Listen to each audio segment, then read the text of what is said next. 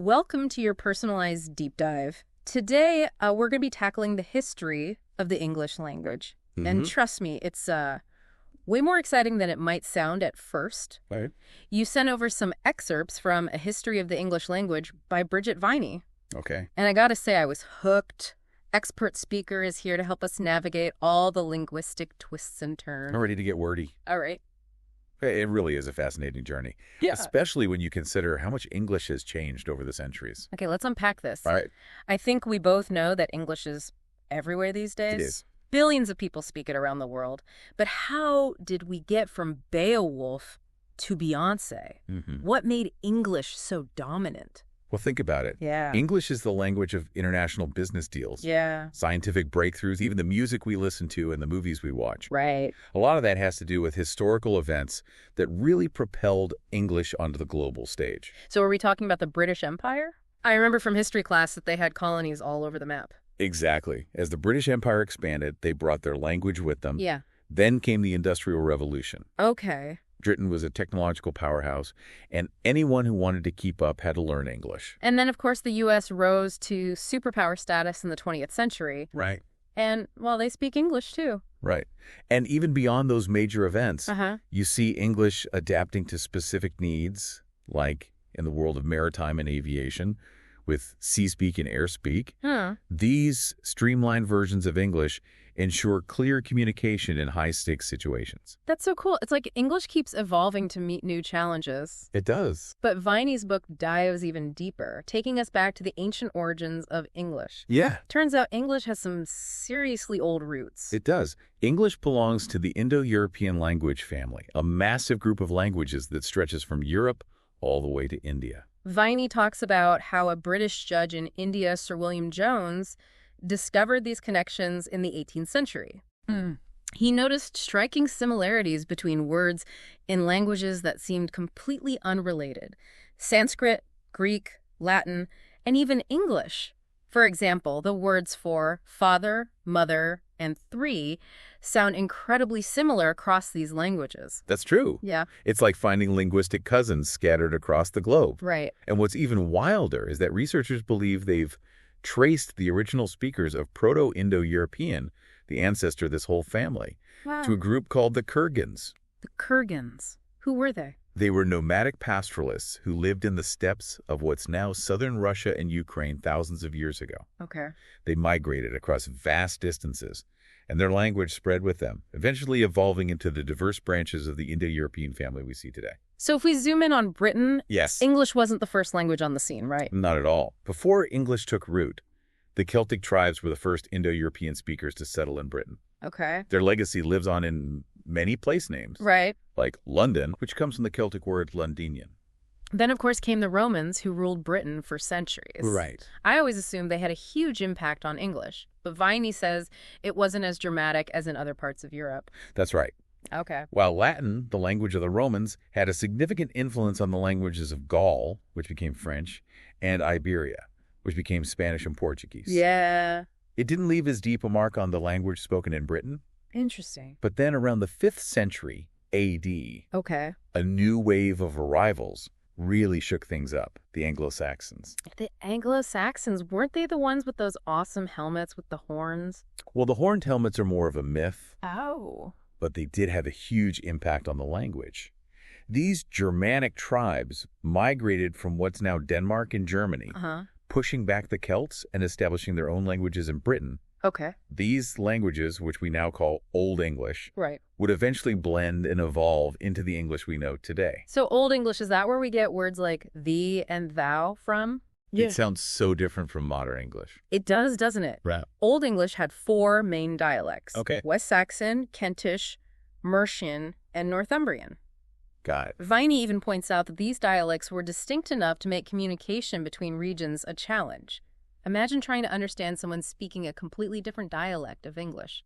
That's wild. And they even had a different writing system, right? They did. Viney mentioned something called runes. Runes were an early form of writing used by the Anglo-Saxons and other Germanic peoples. Okay. They weren't an alphabet like we use today, but rather a set of characters that represented sounds and concepts.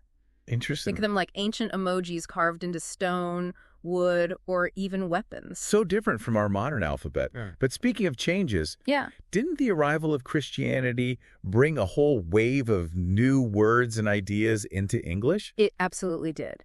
With the arrival of St. Augustine in 597 A.D., Christianity began to spread throughout Britain. Latin, the language of the church, became incredibly influential, introducing hundreds of new words into Old English. Okay. Many of these borrowings were related to religion, but they also seeped into everyday vocabulary, influencing words for things like food, clothing, and household items. Viney even quotes King Alfred, yes, who encouraged the use of English in education and translated books into the language that we can all understand. Right. It's amazing how these early efforts to promote English literacy paved the way for its future dominance. King Alfred is a pivotal figure in the history of English. He is. He fostered a sense of national identity through language. Yeah. And even commissioned the writing of the Anglo-Saxon Chronicle. Okay. A historical record written in English, not Latin. It's a testament to his vision of English as a language capable of expressing complex ideas and capturing the history of a people. It's like he planted the seed for what English would become. But then, just as things were starting to settle down, along came the Vikings. Ah, the Vikings. They weren't just fierce warriors. Right. They were also major players in shaping the English language. Their raids and settlements in Britain brought Old Norse, their language, into contact with Old English. So did the Vikings try to force everyone to speak Old Norse? Not exactly. Okay. It was more of a linguistic blending that happened through daily interactions and intermarriage. Okay. The Vikings didn't replace Old English, but they simplified its grammar and introduced many everyday words that we still use today. Words like get, take, and want all come from Old Norse. I had no idea. Right. So our everyday vocabulary is basically a mix of Anglo-Saxon and Viking words. That's so cool. It is. And it's a perfect example of how languages are constantly evolving and adapting through contact with other cultures. Right. But the story doesn't end there. Oh, no. English was about to face its biggest shakeup yet, the Norman Conquest. The Norman Conquest. That's the one with William the Conqueror in 1066, right? Yes. I remember seeing a tapestry depicting the whole battle. That's the one. It was a turning point in English history, and its effects on the language were monumental. Okay. The Normans, who spoke a dialect of French, became the ruling class. Okay. And French became the language of power, law, and high culture. Wow. English was relegated to the language of the common people. Wow, that must have created some serious linguistic tension. It did. Imagine having two languages coexisting, each representing a different social class. Exactly. But even under French dominance, English didn't disappear. Okay. It went underground, evolving in the shadows. Uh-huh. And believe it or not, even the Black Death played a role in English's eventual resurgence. Hold on. The Black Death, the plague. Yes. How could that possibly help the English language? Well, the plague wiped out a significant portion of the population, including many of the Latin-speaking clergy. Oh, wow. This created a vacuum. Okay. And English, which had continued to be spoken by the common people, was pushed into more official domains as there was a shortage of people fluent in Latin. It's crazy how even a tragedy like the Black Death could have such a significant impact on the course of a language. It is. So English reemerged, but I'm guessing it wasn't the same Old English that King Alfred championed.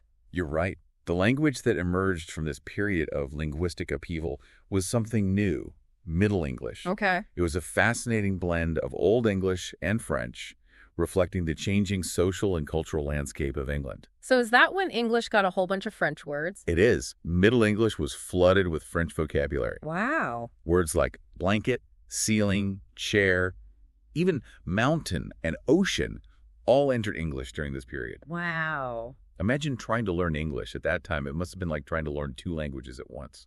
Talk about a linguistic melting pot. But amidst all this change, Viney says that Middle English also went through a lot of grammatical simplification. That's right. Okay. Noun and adjective endings started to disappear. The S plural became the norm. And the sentence structure shifted to the familiar subject-verb-object order that we use today. So the lack of a standardized written form for English during this period actually allowed the spoken language to change more quickly. That's right. That's fascinating. It is. And this brings us to one of the most celebrated figures in English literature, Geoffrey Chaucer. Yes. Chaucer, the author of the Canterbury Tales. Exactly. I actually read some of it in high school, but it was pretty tough going. It's true that his language can be challenging for modern readers. Yeah. But Chaucer was a master storyteller who captured the spirit of his age, and importantly, his work helped to popularize the East Midlands dialect of Middle English, Okay. which eventually became the basis for modern English. So Chaucer was like a linguistic influencer? You could say that. And then in 1476, another game changer arrived on the scene, William Caxton and the printing press. Yes. The printing press. Now that's a revolution. Imagine how the ability to mass-produce written materials must have transformed how people learned and interacted with language. But Viney says there's a dilemma: which dialect of English should be used for printed books. Exactly. Caxton ultimately chose the East Midlands dialect, partly because it was spoken in London, the center of power and commerce. Yeah. This decision had a lasting impact on English spelling and helped to pave the way for a more standardized form of the language. It's amazing how one decision centuries ago still shapes how we write English today. So we've gone from ancient Indo-European roots through Viking raids and a Norman conquest to the emergence of Middle English and the arrival of the printing press. What an incredible journey. But I'm guessing the story doesn't end there. Not at all. The dawn of modern English brought with it a surge in vocabulary, the rise of literary giants like Shakespeare, and a renewed focus on standardizing the language. Ooh. That's a whole other chapter in the story of English, and one we'll dive into next time. Can't wait. You know, the arrival of the printing press wasn't just a technological innovation. It was a linguistic revolution. Exactly. Think about it. Suddenly, books were more widely available. Right, and that meant more people were reading and writing in English. Which probably helped create a need for more standardized spelling and grammar. You're getting it. Yeah. And this all coincided with the Renaissance, a period of incredible intellectual and artistic flourishing in Europe. And England was right in the thick of it. Viney talks about how this explosion of new knowledge and ideas fueled a massive expansion in the English vocabulary. It did. Think about it. New discoveries in science, medicine, and exploration demanded new words. It's mind-boggling to think that during the 16th and 17th centuries, English added tens of thousands of new words. It's like the language went on a shopping spree, borrowing terms from Latin, Greek, and other languages. That's a great way to put it. And it wasn't without controversy. Oh, tell me more. Well, some scholars and writers worried that all this borrowing would dilute the essence of English, making it less pure. But didn't others argue that incorporating words from other cultures actually made English richer and more expressive? Exactly. They saw it as a sign of the language's adaptability and dynamism. It's like a linguistic stew, simmering and evolving over time. I love that analogy. And speaking of adding flavor to the language, we can't forget about the impact of Shakespeare. Shakespeare. The bard himself. I remember struggling through Hamlet in high school. But you have to admit, his language is incredible. Not only did he have a vast vocabulary, some estimates put it at around 20,000 words, but he also invented countless new words and phrases that are still in use today. Like what? Give me an example. Well, eyeball, for example. He invented eyeball. Yep. And bedroom, moonbeam, and laughable. Wow. I never realized those were Shakespearean inventions. It's amazing how much his work shaped the way we speak and write today. He truly was a master wordsmith. And while Shakespeare was expanding the vocabulary, another influential work was playing a key role in standardizing English, the King James Bible. Oh, yeah. I remember seeing a copy of that. It was huge. It was a monumental project. A team of scholars worked for years to translate the Bible into English, aiming for a style that was both accurate and beautiful. And they succeeded. Viney points out that the King James Bible had a profound impact on English, not just in religious contexts, but in everyday speech as well. Absolutely. Many phrases and expressions we use today originated from the King James Bible. Like what? I'm drawing a blank. Well, the apple of my eye, for example. Oh, yeah. That's from the Bible. What else? By the skin of your teeth, the salt of the earth, a fly in the ointment, they all trace back to the King James Bible. It's incredible how a single book could have such a lasting impact on a language. But Viney also talks about how, alongside these major works, there is a growing movement to bring order and consistency to English, especially when it came to spelling and grammar. That's right. The 18th century saw a rise in efforts to standardize English. Jonathan Swift, the writer of Gulliver's Travels, even proposed creating an English language academy. Like they have in France. Exactly. He envisioned a group of experts who would regulate and fix the language, eliminating what they saw as errors and inconsistencies. Wow.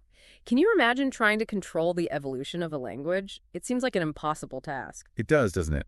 Language is inherently dynamic and resists attempts at rigid control. But the desire for consistency was clearly strong. It was, and that's what led to the publication of countless dictionaries and grammar books during this period. So was this the era of don't end a sentence with a preposition and all those other grammar rules we learn in school? It was. Viney talks about two influential figures in particular, Robert Louth and Lindley Murray. Their grammar books had a huge impact on how English was taught and perceived. But some of those rules seem so arbitrary. Like, who decided that splitting an infinitive was a crime against the English language? A lot of these prescriptive grammar rules were based on the structure of Latin, which, as we've seen, isn't always a perfect fit for English. It's a good reminder that language is constantly changing and adapting. But what about dictionaries? Didn't Samuel Johnson publish a famous dictionary around this time? He did. In 1755, Johnson published his A Dictionary of the English Language. It was a monumental work containing definitions for over 42,000 words. Wow, that's a lot of words. Was it just a list of definitions? Not at all. Johnson provided etymologies, pronunciations, and even literary examples to illustrate how words were used in context. So he wasn't just defining words, he was celebrating their history and nuance. Exactly. Johnson's dictionary was a testament to the richness and complexity of the English language. It's amazing to think that one man's dedication could have such a lasting impact on a language. But I have a feeling the story doesn't end there. What happened next? Well, as we move into the 19th and 20th centuries, English goes through yet another period of rapid expansion fueled by scientific advancements, technological innovations, and globalization. So more new words. Tell me more. Think about it. The Industrial Revolution brought about a wave of inventions and discoveries, each requiring new terms to describe them. Like steam engine, telephone, and automobile. Exactly. And scientific breakthroughs led to the creation of words like oxygen, vaccine, and evolution. And as English spread across the globe through trade and colonization, it encountered and absorbed words from countless other languages. It's incredible how English seems to adapt and incorporate new words from all sorts of sources. That's one of its defining features. But let's not forget about the development of American English, which added another fascinating layer to the story. Oh, yeah. I'm curious to hear more about that. Well, American English, which evolved from the dialects brought over by English settlers, began to diverge from British English in subtle but significant ways. I've noticed some spelling differences like color versus color, and sometimes we use different words for the same thing like truck instead of lorry. Exactly. Viney points out that these differences are partly due to the influence of Native American languages and other immigrant languages on American English. It's like American English developed its own unique flavor reflecting the diverse cultural landscape of the New World. That's a great way to put it. And figures like Noah Webster played a key role in promoting American spellings and pronunciation. Oh yeah, Webster, he's the dictionary guy, right? He is. Webster believed that American English should have its own distinct identity, and he championed spellings like center and honor instead of the British center and honor. It's fascinating how these seemingly small differences in spelling and pronunciation contribute to the unique character of American English. It is. But let's remember that the story of English extends far beyond Britain and America. That's right. English is spread all over the globe. Exactly. Through colonization and globalization, English has taken root in countless countries, giving rise to a rich tapestry of dialects and varieties. So we have British English, American English, and then all these other Englishes. Precisely. Viney calls them New Englishes, varieties that have emerged in former British colonies and have developed their own unique characteristics. Like what? Give me some examples. We'll think about Indian English, Singaporean English, or Nigerian English. Each of these varieties reflects the local culture and linguistic influences of the region where it's spoken. It's mind-blowing to think about how English has evolved from a small island language to a global phenomenon with so many different branches and flavors. It is. And that brings us to the final frontier, the future of English. Ooh, that's a big one. What does Viney have to say about where English is headed? Well, there are many different perspectives on this, and it's a topic we'll dive into next time. But one thing is for sure, English is a language in constant motion shaped by the forces of globalization, technology, and cultural exchange. All right, so we've covered a lot of ground, from the ancient roots of English to its global spread and the emergence of all these fascinating dialects and varieties. It's been quite a journey. But now I'm really curious, what about the future of English? What might the language look like in 50, 100, or even 500 years? That's the million-dollar question. And as you can imagine, there are a lot of different opinions out there. Well, based on what we've learned so far, I guess that English will probably keep evolving and adapting. It's kind of in its DNA. You're absolutely right. English has always been a dynamic language shaped by cultural encounters and historical events. So if we try to look ahead, what are some of the major factors that might influence the future of English? Viney highlights a few key trends, starting with globalization. Okay. As the world becomes increasingly interconnected, English is likely to remain a key language for international communication, business, and diplomacy. It makes sense. English is already the lingua franca for so many fields. Exactly. But some experts argue that other languages like Mandarin Chinese, Spanish, and Arabic could gain prominence as economic and political power shifts in the coming decades. So we might see a more multilingual world where English isn't the only dominant language. That's certainly a possibility. Yeah. And then there's technology. Think about the internet and social media. They've already had a huge impact on how we communicate, haven't they? Absolutely. And as technology continues to evolve, it will undoubtedly shape the way English is used and evolves. I wonder if we'll see new dialects or even new languages emerging online. It's an intriguing thought. And Viney even raises the question of whether English might eventually fragment into distinct languages, much like Latin did centuries ago. Wow, that's a wild idea. So we could have American English, British English, and then a bunch of other Englishes that are so different they're practically separate languages. It's not impossible. On the other hand, we could see a simplified form of English emerging, stripping away some of the complexities and nuances to facilitate communication between speakers of diverse backgrounds. That almost sounds like a return to those streamlined versions of English used for C-speak and airspeak. It's a fascinating parallel. And of course, we can't forget about the ever-present forces of jargon and slang. Jargon, the secret language of every profession. Exactly. And slang, the constantly evolving code of cool. It seems like they're always pushing the boundaries of language, inventing new words and expressions. And some of those words and expressions eventually make their way into the mainstream, enriching the language. Viney points out that African-American vernacular English has had a huge impact on global slang, especially through music and popular culture. It's a great example of how English is constantly being shaped and reshaped by cultural interactions. So it sounds like the future English is wide open, full of possibilities and potential surprises. That's exactly what makes it so fascinating. English is a language that's always on the move, constantly evolving and adapting to the changing world around it. It's like that line from the Canterbury Tales, and that April with his shower's suit. English has been through so many transformations and it's still going strong. It's a testament to the language's resilience and adaptability. And who knows what the next chapter holds? Maybe we'll have Shakespeare 2.0 or a whole new set of grammar rules that make our heads spin. I, for one, am excited to see what happens. Me too. It's a reminder that language is a living, breathing entity, constantly evolving and reflecting the people who use it. This whole deep dive has been such an eye-opener. I'm going to look at English in a whole new light now. That's what we hoped for. We've gone from ancient migrations and Viking raids to Shakespearean wordplay and the wild world of slang. And it's clear that the journey of English is far from over. Absolutely not. It's a language with a rich history and an exciting future. So thanks for joining me on this deep dive into the fascinating world of the English language. It's been a pleasure. And to everyone listening, thanks for tuning in to this deep dive. We'll see you next time.